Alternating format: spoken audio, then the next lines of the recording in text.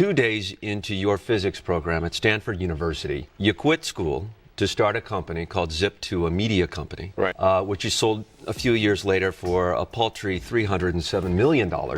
Then 4 years later, eBay buys PayPal. Is that correct? A company Yes. that you established or helped to establish as one of the Co-founded creators? with a few others, yeah. And now you've taken those two enormous successes and you've set your ambition on space. How did you go from online payment systems to building a spaceship, essentially? Well, when I graduated from college, there were three areas that I thought would be most impactful to the future of humanity. The three were the internet, space exploration, and then changing the economy from a mine and burn hydrocarbon-based economy to one which is solar electric, which I think is going to be the primary but not exclusive means of energy and transportation. Have we screwed it up so badly here on this planet that our only hope is to build a new civilization out there? No, not at all. I'm quite optimistic about the future of humanity on Earth. You are? Yeah, absolutely. So what is the benefit to humanity then to inhabit Mars, which is really what is an ambition of yours? Well, I think if you consider two paths, one where we're forever confined to Earth and the other where we're a space-faring civilization out exploring the stars, I think the latter is far more exciting and will result in a richer and more diverse human experience. How can you do that better than NASA? You know, NASA is a customer of ours. So there's, I think, a confusion in the public mind that perhaps a company like SpaceX is competing with NASA, but in fact, NASA is a customer of ours. So we're actually providing services to NASA, launch services. And when the shuttle retires in 2010, so starting in 2011, SpaceX's rocket will replace the space shuttle in servicing the space station with astronauts and cargo transportation. The name of your rocket ship is called the Falcon Explorer, is that it? Well, the Falcon 9 lifts the Dragon spaceship, and this Dragon spaceship is what goes to the space station and then returns to Earth. And the Falcon 9 booster rocket takes the Dragon spaceship to space and drops it off.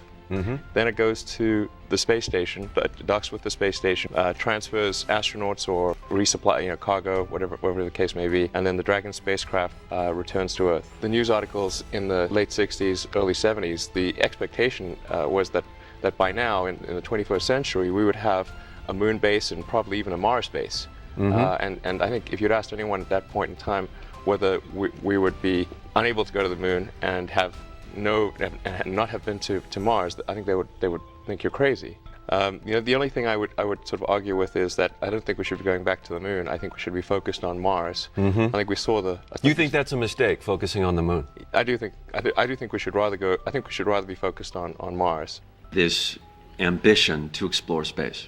Absolutely. As an entrepreneur, there's quite a bit of competition out there. There's Jeff Bezos with Blue Origin. There's Richard Branson with his Virgin Galactic. Right. And I'm not talking about NASA. How is SpaceX different?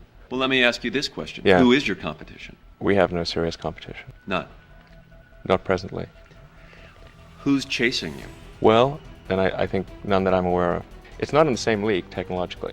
So you're not particularly worried? Certainly not about. No, certainly not about that, no.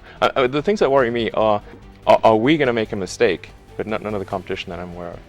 So generally, you're worried about what's in front of you, not the other guy. In fact, you probably don't think about them in terms of how they criticize you or what they think about you. What's the big goal here? What's the long-term plan? Well, the long-term ultimate objective, the Holy Grail, is we would like to help make life multiplanetary. That's really what we'd like to do. We certainly would like to help make it happen. It's fair to say you've made a fortune. Yeah, I think so, by any reasonable standard, yeah. And, those who work in science probably understand your trajectory, but there are those who are watching who would think, if I made that money, I'd sit on a beach, I'd drink beer, and I would just watch the sunset, kind of like a Corona beer commercial. Have you ever thought about that as a career option? I find that really pretty boring, so that would be torture. If I had to do that every day, that would really be pretty awful for me. Well, I guess I really need to be preoccupied with something, and if I'm just sort of sitting there relaxing, I can only do that for a very short period of time, and then it becomes unbearable. For me, it's always about, does what I'm doing matter? If we are successful, I wanted to help build it. Well, you touch upon something that's interesting, is that that benefiting humanity is a very integral part of your criteria, no matter what you're starting up. I mean, we're committed to succeed, really. But if we do fail, I would hope that we at least add to the body of knowledge such that those who follow may make fewer mistakes. Here on Earth, you are establishing a presence, certainly, with Tesla Motors. Tell us a little bit about that. This is an electric car company, correct? Right. And this is no hybrid car you could buy on a car lot. This thing goes from 0 to 60 in 4 seconds. Is that right? Yes, absolutely. 0 to 60 in under 4 seconds. It's faster, better acceleration than any Porsche currently in production and any Ferrari except the Enzo. And it's twice the energy efficiency of a Prius. So it's you really have the moral high ground, and you get to leave the Ferrari guy in your dust. There's something I should point out about Tesla, which is Tesla's first car is a sports car, not because we think the world lacks for a sports car, but because it is the right entry point for the market. If you have a new technology, the right place to enter is high unit cost, low unit volume. Just as when a new cell phone comes out, or a new laptop, or some new thing, it tends to be expensive at first because they're figuring out all the issues, and it takes time to optimize. And then over time, that technology will become cheaper and cheaper. And so the Model 2 of Tesla, and maybe I'm leaping ahead here, but no. Model 2 of Tesla is a $49,000 four-door, 5-passenger sedan. And that's going to be obviously a much broader market segment that can make use of that car. And then Model 3 is intended to be around a $30,000 price point, and so that's really affordable by almost everyone who can buy a new car. So the idea is to drive to mass market as rapidly as possible, but only at the pace at which the technology matures. So noteworthy. But the interest in Tesla is not from the perspective of the world needs another car company. It's more from the perspective of we have a very important environmental problem that needs to be addressed. It's going to be one of the most significant issues of the 21st century. And the only way to really get around that, in my view, is really with an electric vehicle.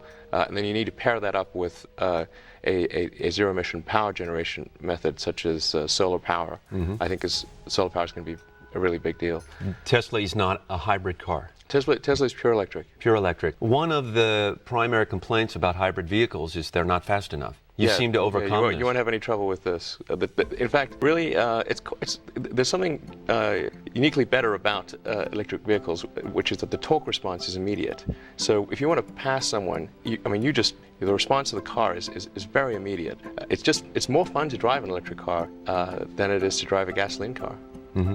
So these cars, the Tesla Roadster, the first issue of the Tesla Roadster, available in 2007. Yes. In the spring, the summer? How do you get on the waiting list? Well, you buy the car, you basically put down a deposit. And we've actually... Can you do that through the web? Yeah, we'll have, by the way, customer centers all around the country. So we'll have one in LA, one in the Bay Area, Chicago, Miami, where somebody does want to see the car in person, take a test drive, or see the car being worked on. We have this idea for the way that the cars are serviced that it should be a really pleasant experience. So we have somewhere between like a Starbucks and an Apple store typically get if you go into a dealership. Have you heard from Toyota? Have you heard from General Motors and Ford saying is the company for sale? Nobody's actually made a formal offer, but the interest, I think one of the biggest values that Tesla can provide is serving as an example to the rest of the auto industry, because right now the auto industry, the big car companies believe that a viable electric vehicle is not possible, and B, even if it was, people wouldn't buy it. Mm-hmm. So we need to show that neither of those are true, that the technology works, that people want to buy it, and that will be the most effective way of really driving change in the auto industry is by serving as an example in that manner. And I think that you're doing pretty good. I think you've done very well.